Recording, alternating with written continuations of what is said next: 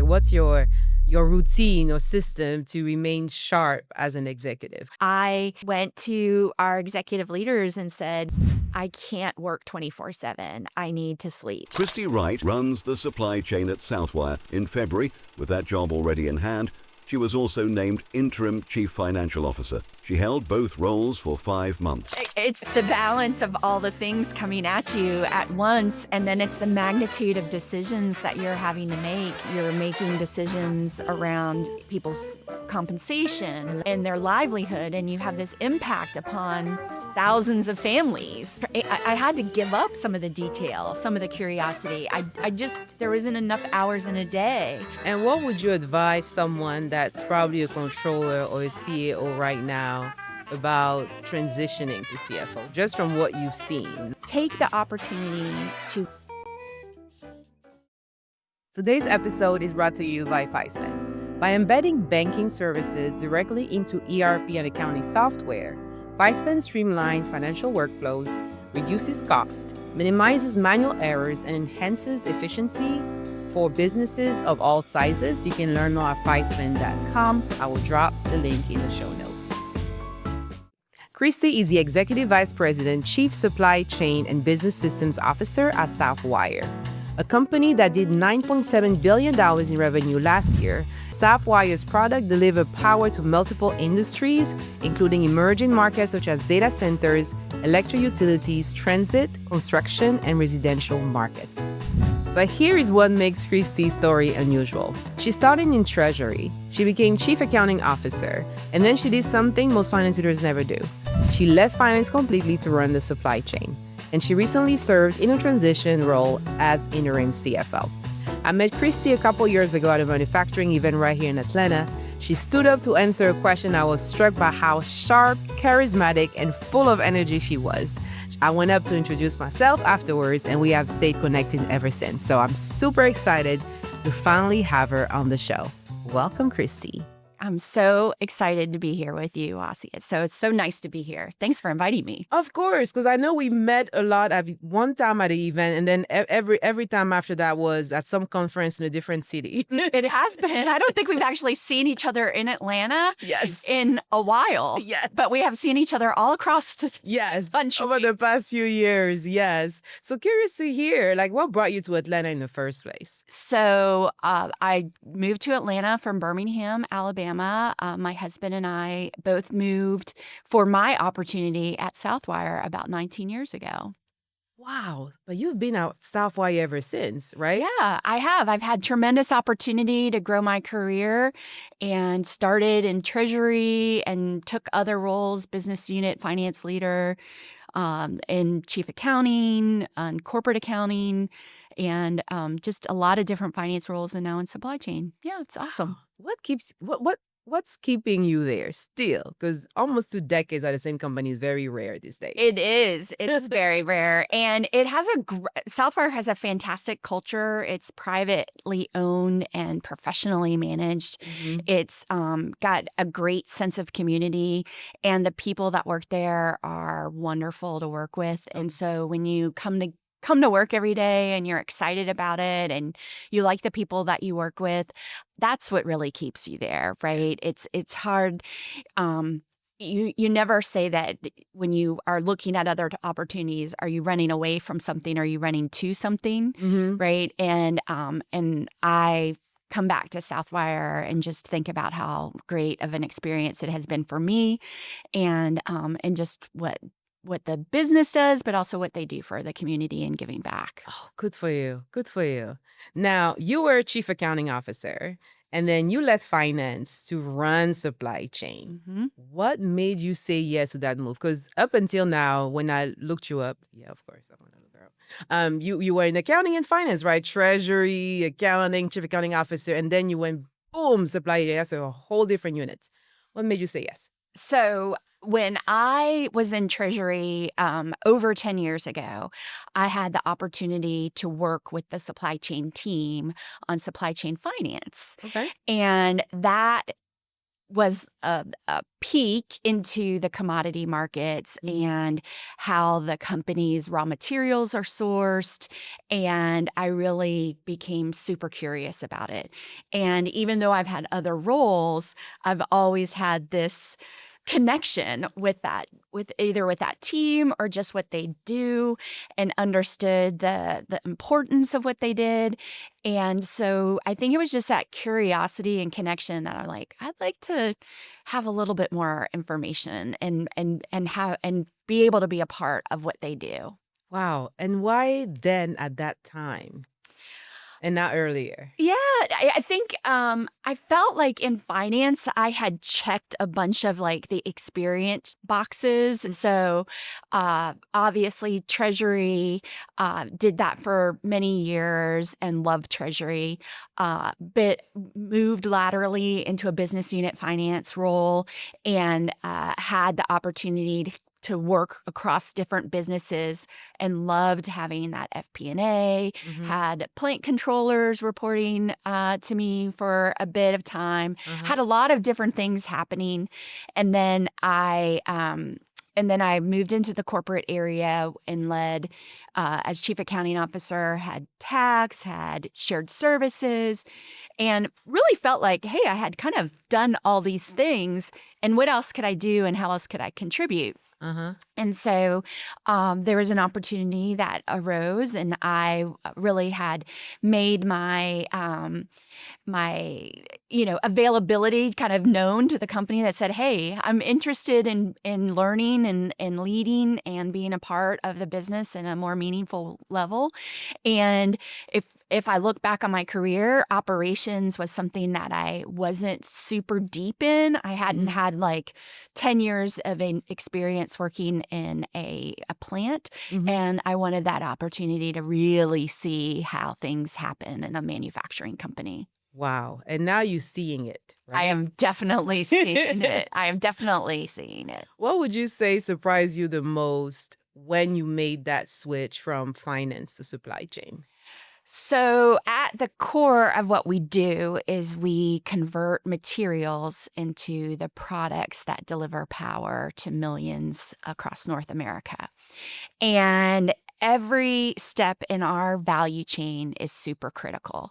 And I understood the criticality of the materials, but the importance of flow, and with all of the different geopolitical things happening and where critical materials are coming, my appreciation for elements has grown. And when I say elements, I'm literally talking about the periodic table. Oh, wow. Like go back to chemistry Wow. and think about the periodic. So I have an appreciation for where things sit on the periodic table now, based upon materials that we need to make our products. And so both all of these things has just grown my appreciation for it. So I think those were the biggest things that were surprising. Like, wow, I need to pull out my chemistry knowledge and understand, right, how all these things come together to deliver our products. So tell us more, because, on the outside, I'm like, oh, they do cables. Like, what goes into that? Like, now I'm curious, now that you said elements, like, what are the intricacies you probably had to learn probably over, your experience at Southwire of how do you actually make a cable that electricity can go through? Well, the conductor or the conductivity is done through metals, so either copper or aluminum. Okay. And then so that's normally part of the core. And depending upon the application so if it's inside a building, it'll be made a certain way so that it's protected. It could be behind a wall. And if it's outside of building, if it's delivering power like in transmission lines or through distribution, it's may be aluminum conductor, and it may have different applications to be able to withstand weather or withstand temperature changes or abrasive environments. So all of those different pieces are around how you start with basically the metal, the element, and you are drawing and straining it, and then you're putting some type of outer exterior. If you think about just a cord, like we were talking about even in the studio, there's cords, right? So if you think about the different materials that go on the outside of that, that's all, some of them have fire resistance properties. And so that material science goes into the outer side of a wire. And all of those are then delivering power to our customers or in our communities. Wow, I remember when we first met, we got to talk about ESG, and now I understand more why you've been talking about ESG for so long.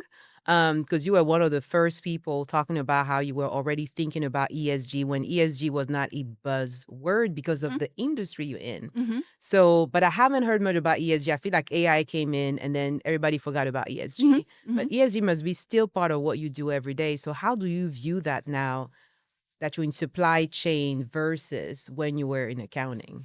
Sure. So sustainability is at the core of what we do. It's we have core values that have tenets that are tied to sustainability, and we just released. I believe it's the 17th or 18th version of our year of our sustainability report. So if you can imagine, many years of sustainability commitments, and it's around carbon reduction, but it's also about giving back to our communities, building worth for our communities and our team members and our shareholders. It's also about doing right and ethics and compliance and giving back and growing green. And these are all part of the fabric of what our company stands for. And so being part of the supply chain is really thinking about circularity, how things can be recycled. We deal with critical minerals. And so elements, like I said, so their recyclability and how they are able to be reused is important to us, and things that we continue to work on.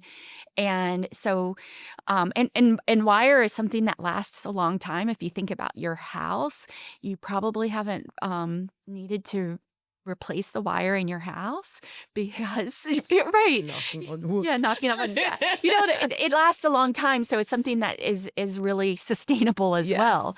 So when we think about our commitment to sustainability, it just continues because of the products that we're delivering and the impact that we have. So it's just part of the DNA.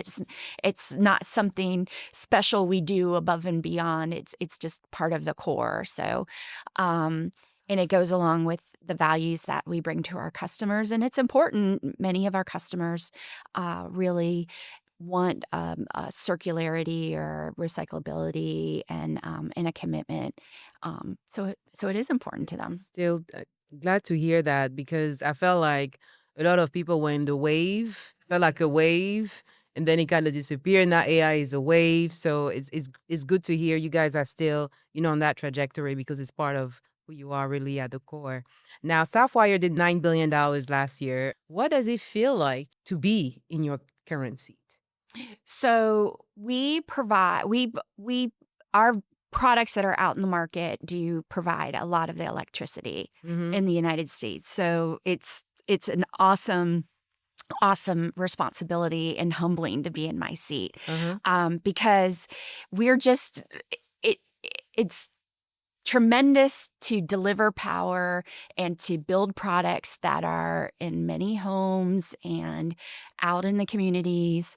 And so for me, it's a great responsibility to be a part of such a large organization and to make sure that my group and our team can develop the materials that we're going to turn into these products so that we can serve our customers and our communities. And it's just an awesome responsibility. Oh, good. Let's take a quick break to talk about Fispen. So if you're tired of juggling bank portals in your ERP, or what if your bank was inside your ERP?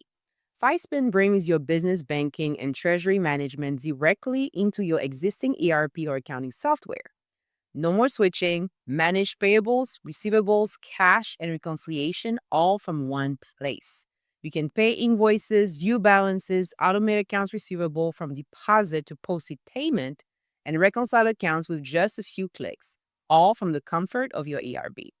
So, streamline your financial operations to gain complete clarity and optimize working capital with Fispen so you can spend less time on manual repetitive tasks and more time on growth. To learn more, visit fispen.com. I'll drop the link in the show notes. Now, let's get back to the episode. So, how do you feel like your accounting and finance background helped you make that transition to supply chain easier?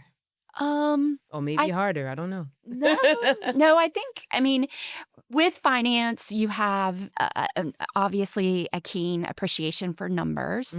My background lent itself to understanding markets. So, with having to deal with minerals and metals, I understand the markets. So that those pieces of my background helped. Understanding negotiation and the value, I think that has also helped. Being able to have that perspective around things, and then also really being there's lots of data, so being able to digest data and filter data, and that those types of skills have been really, really important. Okay. So, what would you say your day-to-day looked like when you were chief accounting officer versus now EVP of supply chain? So I think in my old role, I was really helping at the corporate level. So I Okay. wasn't impacting. I mean, it's just a huge change to be kind of at a corporate level. And it's not that we were only looking through the rearview mirror, but when you are at that corporate level, you're thinking about tax planning, liquidity planning. You're thinking about collecting cash, paying the bills. You're thinking about risk mitigation and governance. And when you're in, and so what you handle every day is around those tenants.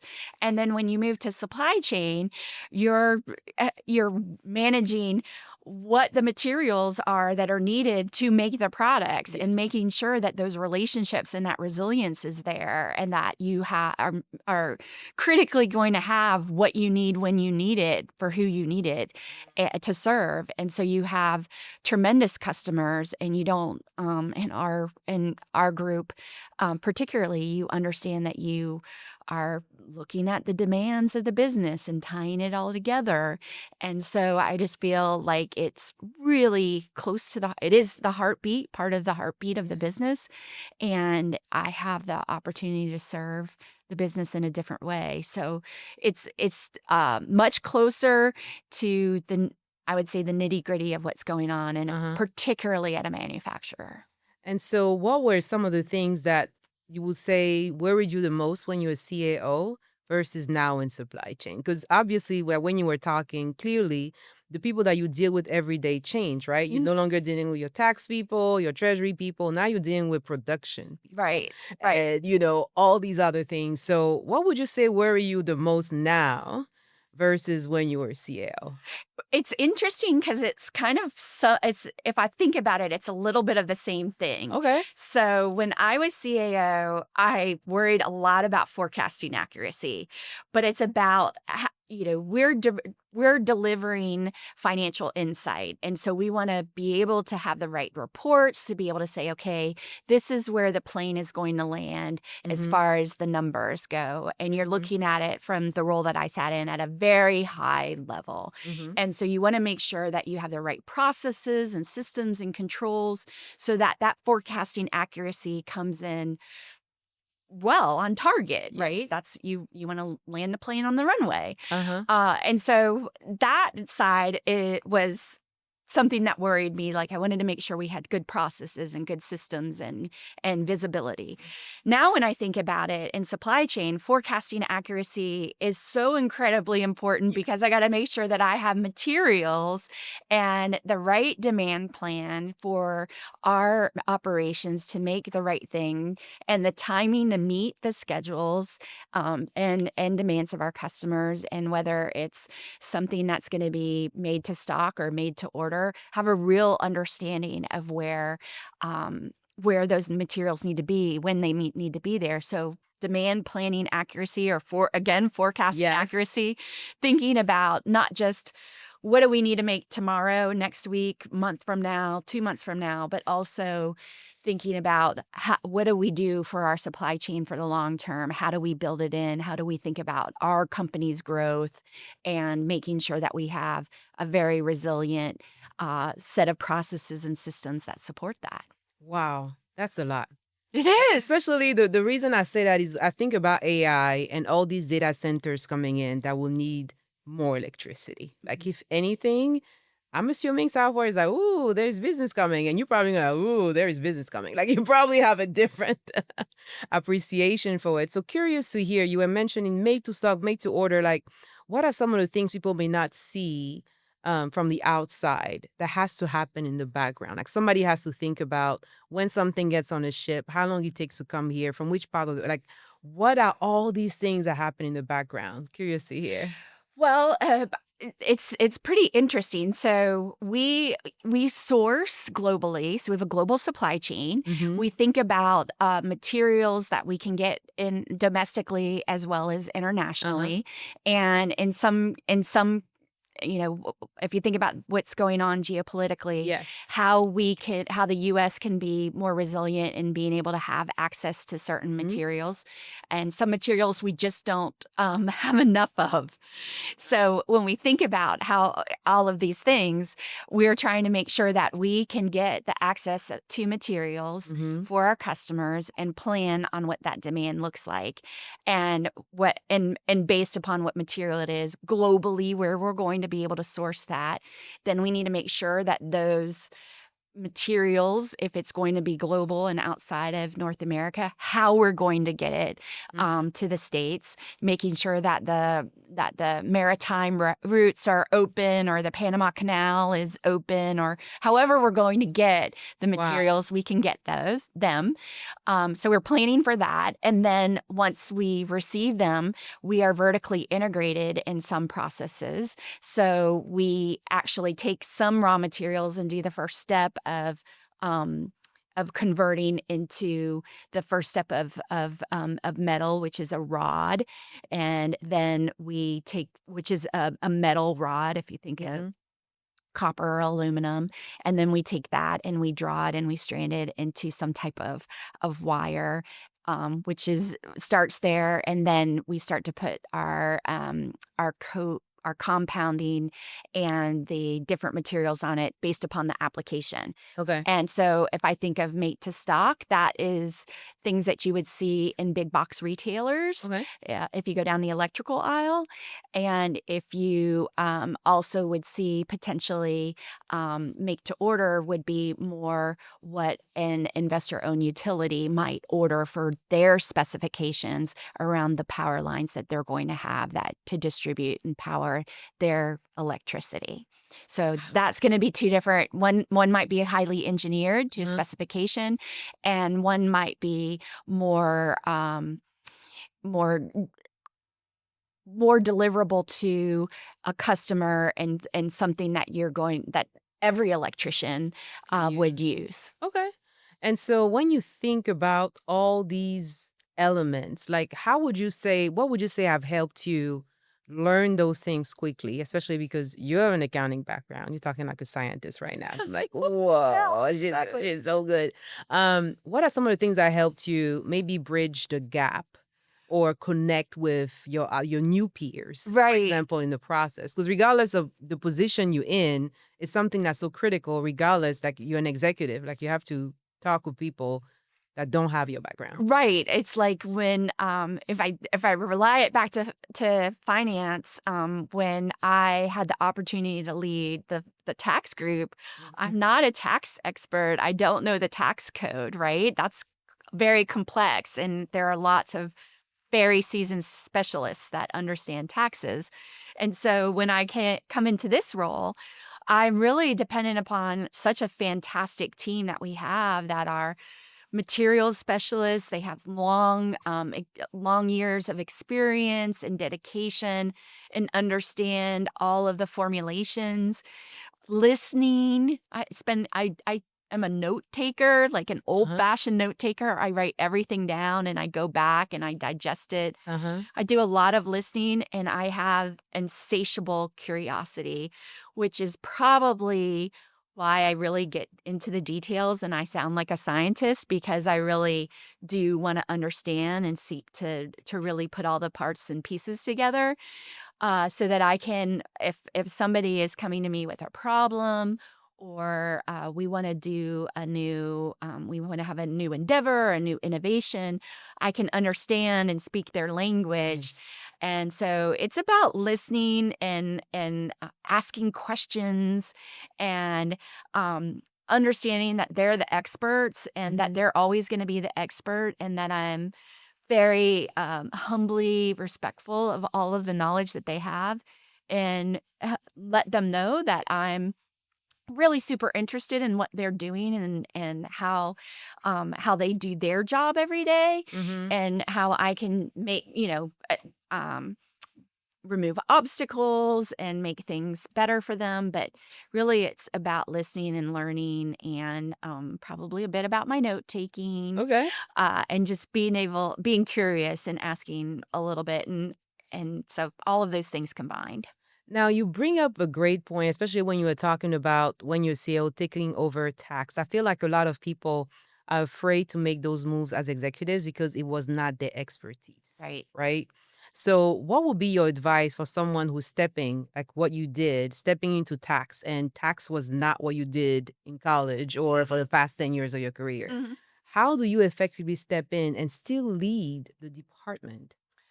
Well, you have awesome people that work there. They know more than you know, and so recognize that you're not going to be an expert overnight.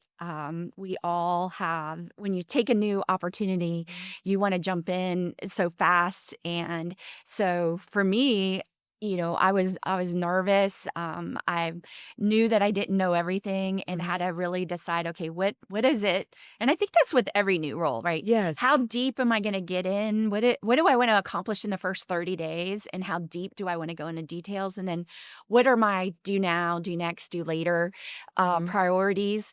And really, again, understand what their workflow looks like, particularly like tax in a company. They have, the season of what they're doing for tax provisions and for accounting. Yes. Then you have the other side of doing the tax returns. Yes. And so those are two humongous processes that they're leading and working on.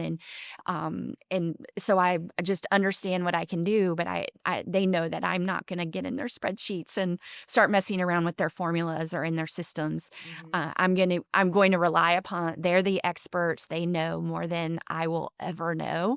And so I really humbly, I think humility is a great thing. And so I would say respect what they know, and be there to help them remove obstacles, and also understand that you're going to be nervous and you're not going to know everything. And I put a lot of pressure on myself to really kind of know all the details. And I just remember thinking to myself, in these different roles, like, oh my gosh, am I going to be able to do this? And then if I stuck with my plan, usually around day 90, it was like I'd wake up one morning and I'm like, oh, I got this. I know. I'm not like, what's coming at me today, and I know Okay. I can handle it. And whatever the curveball is, I'll be able to catch it. It'll be fine. Oh, nice, nice. So what would you say was probably the hardest thing for you to do in your career? The hardest thing, I think the hardest thing is, and continues to be, is being a people leader. That's the hardest. Like, the things that you'll get around, whether it's accounting or finance or supply chain, you can learn. I mean, a lot of people can learn that, but Yeah. the people side of things is really, Tricky. it's tricky, right? You have to be somebody who develops fellowship, Mm-hmm. if you want to be a leader and you want to lead people. And I think early in my career, I was a super bumpy leader. And so I wanted everybody to live up to a certain expectation, and people learn at their own pace and deliver results at different paces. And so I had to realize that like not everybody wants to be Christy. And so I think about that's I would say people have been something that I continue to work on, and I Mhm. work on it every day. I'm always asking other people for, hey, was that conversation? Did it land right? Did I use the Mhm. right terms? Did I because you literally every person is an individual. So Yes. it sounds weird, but it's the leadership of people and development of people, because it's a big um personal tenet of mine to treat people fairly and to treat people um, with respect and dignity. And I want to make sure that I'm always doing that. And I think that's probably been something that it's a continuous improvement project. Thank you so much for sharing that and sharing it so openly, because I think we're all bumpy leaders because we don't really go to school or training programs before we actually manage people. At least I didn't. Like I became a people manager and then I was like looking up for training on how to be a people manager. Uh, like after the fact. So curious to hear what are some of the ways you have actually sharpened your skills in that area over time. Really, some of it is 360 and asking people to give me Ooh, feedback. 360. 360s are hard. Yeah.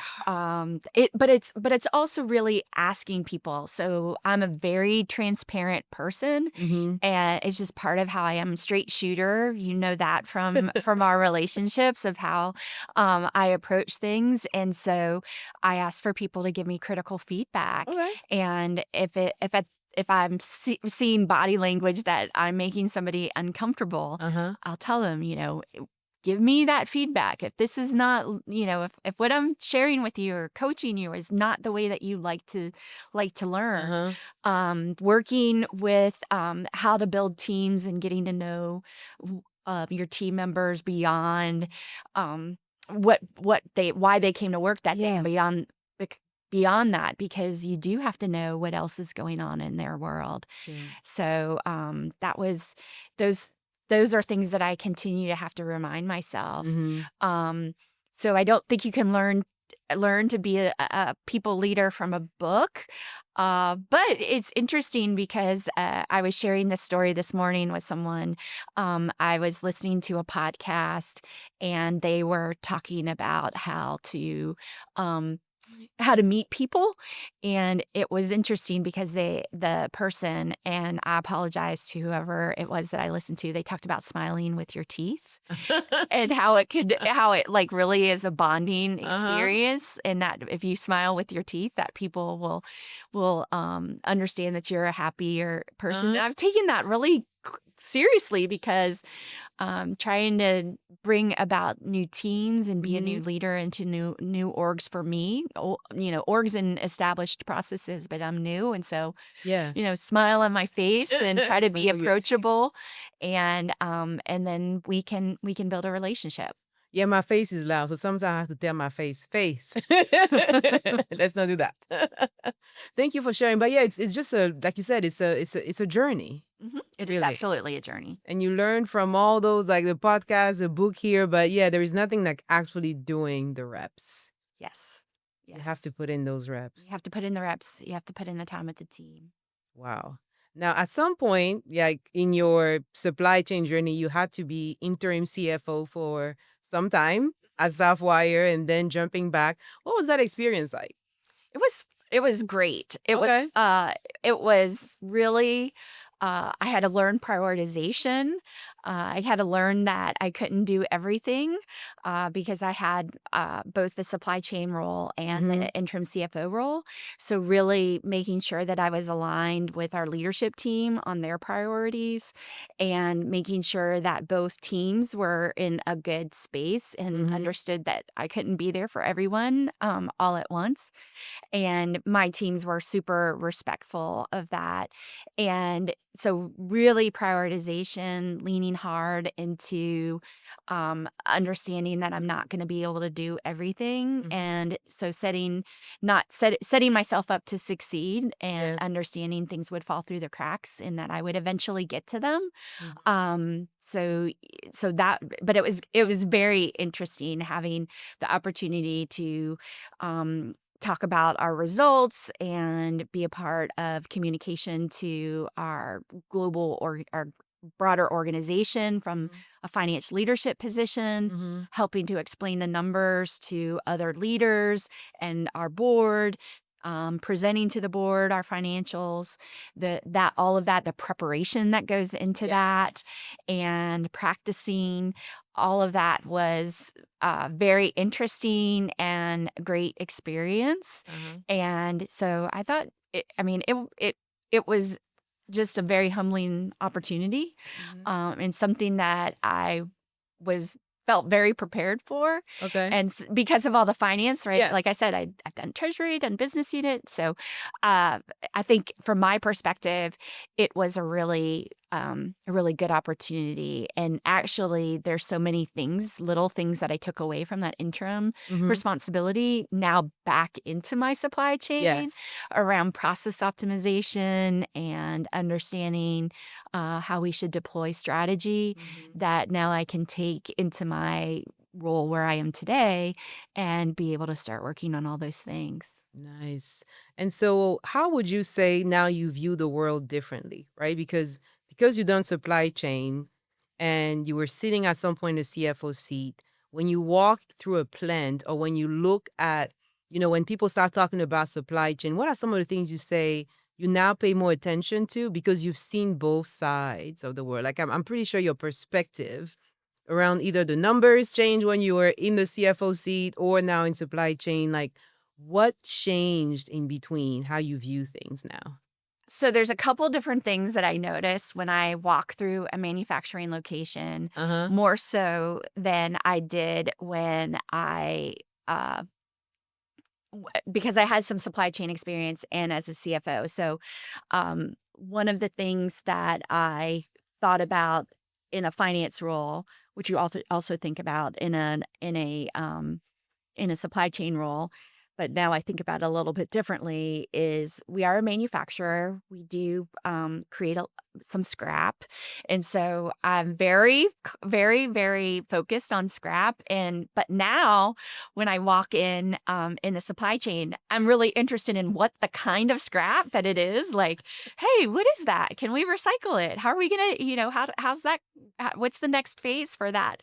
So the life of scrap is important to me, which before I thought of it, I haven't lost the how can we reduce scrap, but I am thinking about what happens to scrap after it leaves that particular spot. There's a low ROI out of that. Yes.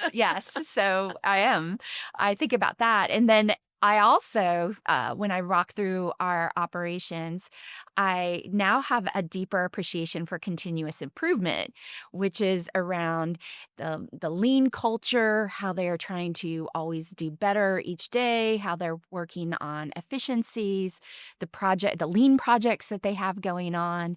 And I think when I was in the finance role, I thought of those as just, okay, well, how can we improve this particular statistic through 1,000 little changes that we're going to make? And now I'm more focused on, okay, what are the 1,000 little changes that we can make to have that continuous improvement, and how are they using lean tools to do better every day and standardizing their work? I'm very appreciative of that, and visibility around KPIs and understanding how they're part of the accountability to the numbers. And so really sharing with those teams. I think in my current role, I didn't think about those as closely as I did when I was in finance. So my awareness is and curiosity is at just another level around those. I bet. So how do you make life easier for your finance people or your supply chain people? Because now you've seen what causes headaches in finance because you've been on that side. And now you know also how people are like, let's not get close to these finance people, maybe on the supply chain side. Like, how do you bridge the two function? Like, where do you see opportunities to make things better for each group? So I think where I help potentially is I can help the storytelling with numbers, because the drivers to certain things in the business, which may not be as visible to an FP&A person Mhm. or a controller, I'm able to tie things together and say, okay, well, remember when this happened here, Mhm. or you heard of this geopolitical thing that's going on? Um, that's going to impact us this, and this. And so I'm able to help the finance team uh, understand, again, kind of forecasting accuracy, but also how things might change, how inflation might impact something, and how we should be preparing that, and how we can better communicate with our product management team, or how we should be thinking with our R&D team around innovation and material science to try to make sure that we're using just the right amount of a material and not too much and not too little. So all of those things, I think, help me do better, are things that I have a much closer Mhm. appreciation for. And what you said there about how an event that you see in the news can impact your business, it is so important. Mhm. It is so Yes. important, but I don't think we talk about it enough.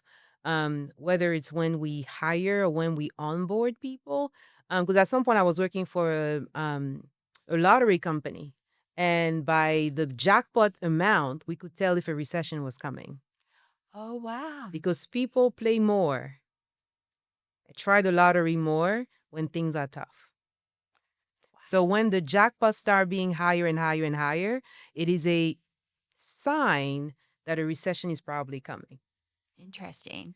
And Well, now so I'm gonna be looking at the boards. boards It's the now. boards So now. it changed my perspective. And that's why I keep asking you questions about how your perspective changed, because it will change when you're in different, even within the same business, right? When you're in different departments, because now you see the world differently. You probably incentivize differently, or your goals are just different. So your view of the world will be different. But you were a CAO, right? Chief Accounting Officer. You were close to the CFO. What took you by surprise when you got into that interim CFO? Because I was close to the CFO before, and I was like, oh, I can do this job. And then I got in, I was like, Lord.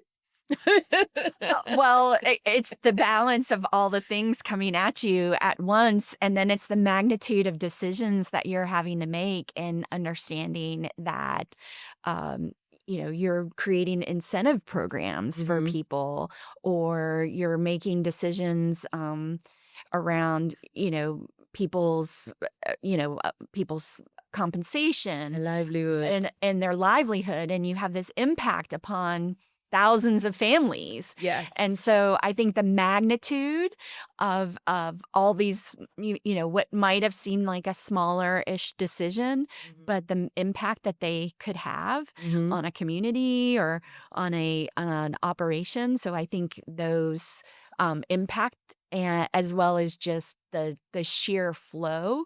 And really for myself, I had to give up some of the detail, some of the curiosity. I just, there isn't enough hours in a day for me to be able to dive deep on something, which meant, you know, my team's awesome. So trusting them, delegating to them, and asking them to take, a little bit more, and as well as trying to keep myself at the right level for the CFO, which is at a higher strategy, being strategic every day, Yes. and working in the strategic space and not the tactical space. Yes. So do you see yourself ever going back to finance now that you're in supply chain? I think the finance will keep with me. I mean, I think it's They're going to be always hard. It's going. always going to be there, Yep. right?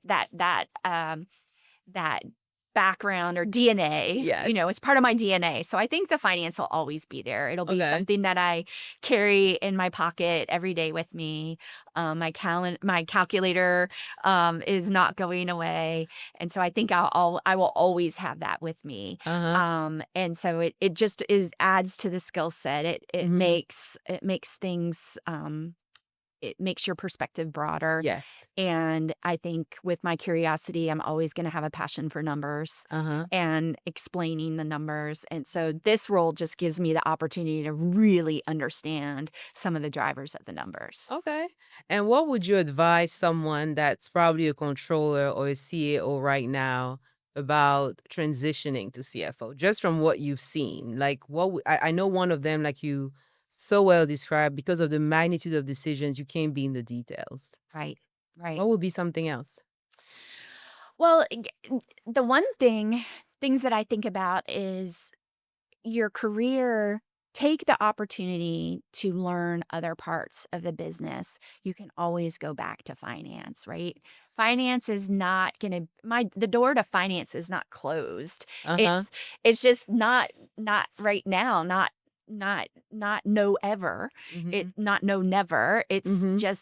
It's just something that I'm going to be pivoting to this other opportunity to learn the business. And there's a lot of cool things that a finance person can do.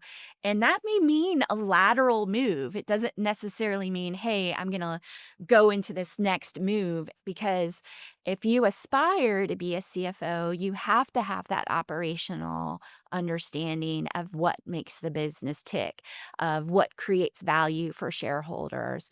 And so you have to understand, how does capital get deployed? How do executive teams make decisions on what they're going to spend their precious capital on? What are those next big investments that they want to make, those next bets that they want to make, organically or inorganically? And so when you are aspire to that level, having the experience of being able to say, well, I'm very deep in this, but I have experience in business partnering. I know how to trust and influence people.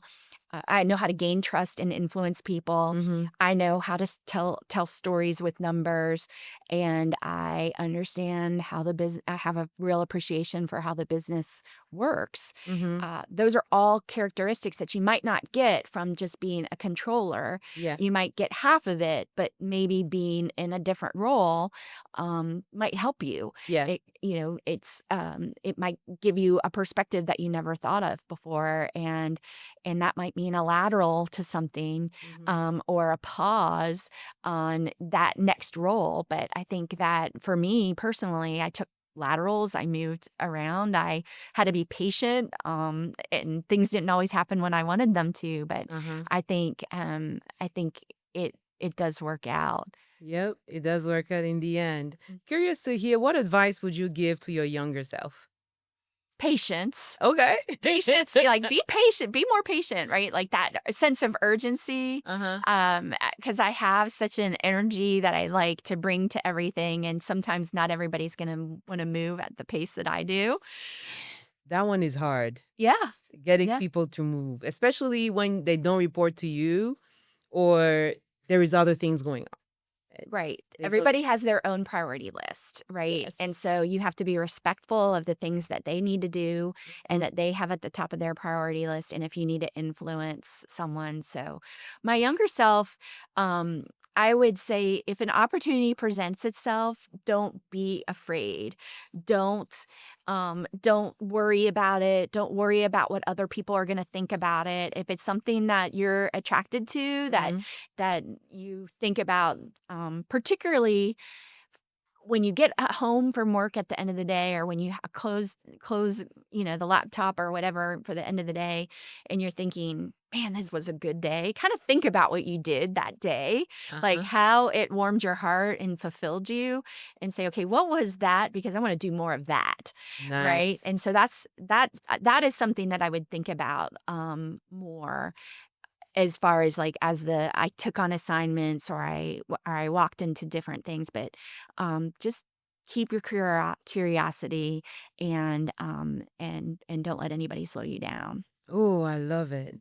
Now, how do you stay grounded? Like, what is your favorite thing to do outside of work? Like, what's your routine or system to remain sharp as an executive? Because you're doing a lot. Okay. Like, Mhm. yeah. So I'm blessed to, well, first of all, I have a passion for water. So whether it's the beach or the lake, I Oh. am a water person. You just if I'm going to the beach and you kind of cross that bridge to get to the ocean, like everything just drains right out of me. Yes. Yes. And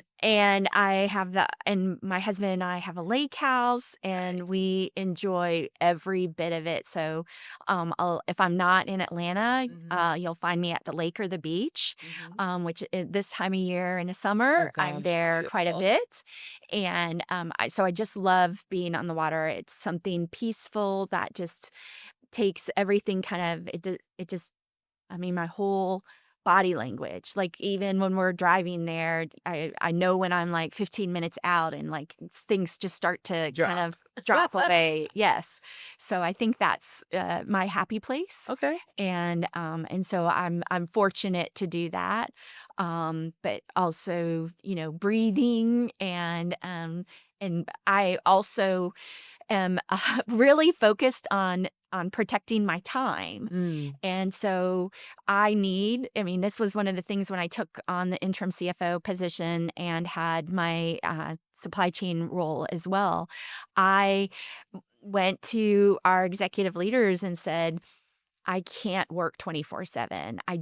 The one thing that I need to function at my best is I need to sleep. I function the best on 8 hours. And a lot of people are like, "Oh my god, 8 hours?" And I'm like, "Well, that's a goal. I might only get 6, I might only get 5, but the goal is, I have a time where I'm not gonna be um eh, answering emails in the middle Mhm. of the night, and I'm not gonna be, answering emails at dark 30. I'm not gonna do that. So I had a time where I kinda protected for myself, Okay. and that boundary really was a key for me, a Mhm. key way for me to survive during that time. Wow, that's great because protecting your time, it is so hard to do sometimes, especially when you go, go, go.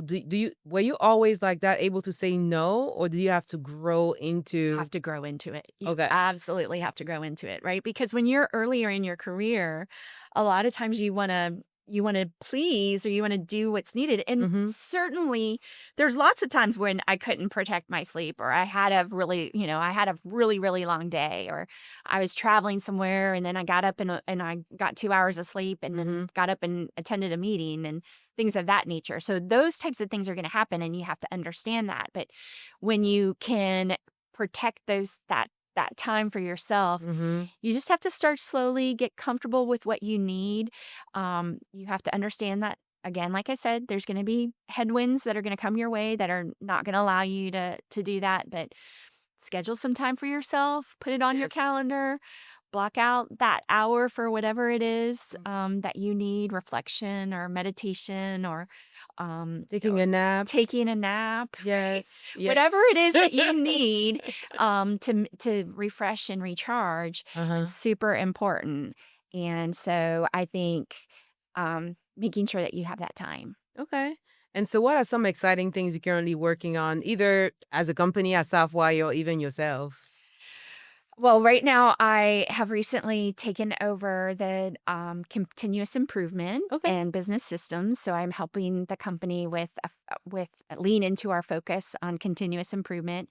So I'm super excited about that. As I've mentioned, I'm very detailed and I have a passion for it, and I love what we're doing in our operate across our operations and want to expand that and do more of it. Mhm. So that's something big that I am personally leading, and our company is in the midst of a super cycle. Oh, wow. So with electrification Yes. and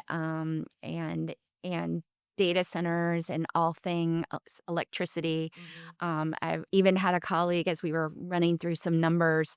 I was questioning, how long the super cycle could last, Mhm. and the person, super smart person, said, "Do you really think we're gonna, how many devices do you have in front of you right now that need electricity? Do you think that's going away?" And I'm like, "Well, Yes. probably not."